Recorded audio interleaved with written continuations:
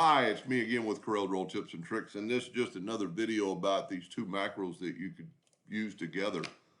I'm going to start all over so I don't miss any steps. I'm going to make it a star shape. I held down the control button. But then I'm going to go to Object and convert it to a curve, and that's pretty important to use the macro called Circles Under Curve by Eskimo. And I'm going to put a link at the bottom of the video on that. But all you do is set, I want 2-inch spacing, I want half-inch circles, create circles, and look at that.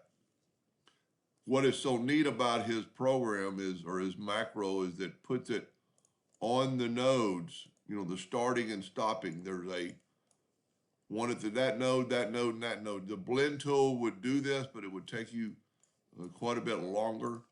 And then the blend tool cannot do that. We'll delete that. We're going to take that same star I used for that E that's pretty cool in itself.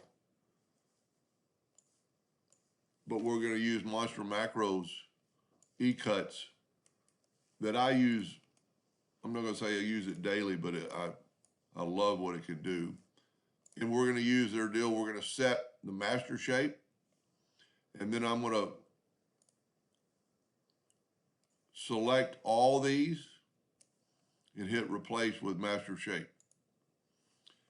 Now my little stars are exactly in the corners of this. And I could, you could do much more mini stars, bigger stars, smaller stars, more stars, and have the spacing.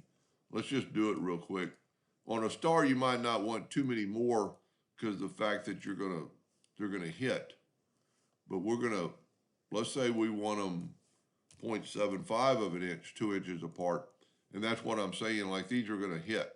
So you'd have to kind of watch out. Now in a circle, it wouldn't really matter, but we'll try this. We'll go ahead and go to Object, Group, and Ungroup, and bring our star back over. Then I can zoom in. So this is using two macros at one time. Move our star out of the way, we'll just delete it. We'll set our master shape, we'll make it a little bit bigger, and we'll set the master shape. This is how easy this is by E-cut. Set the master shape. Let's move that out of the way, and then select all these shapes and hit replace. I mean, look at that. That's pretty incredible what you could do with it. Anyway, I hope that helped a little bit, and thank you for watching.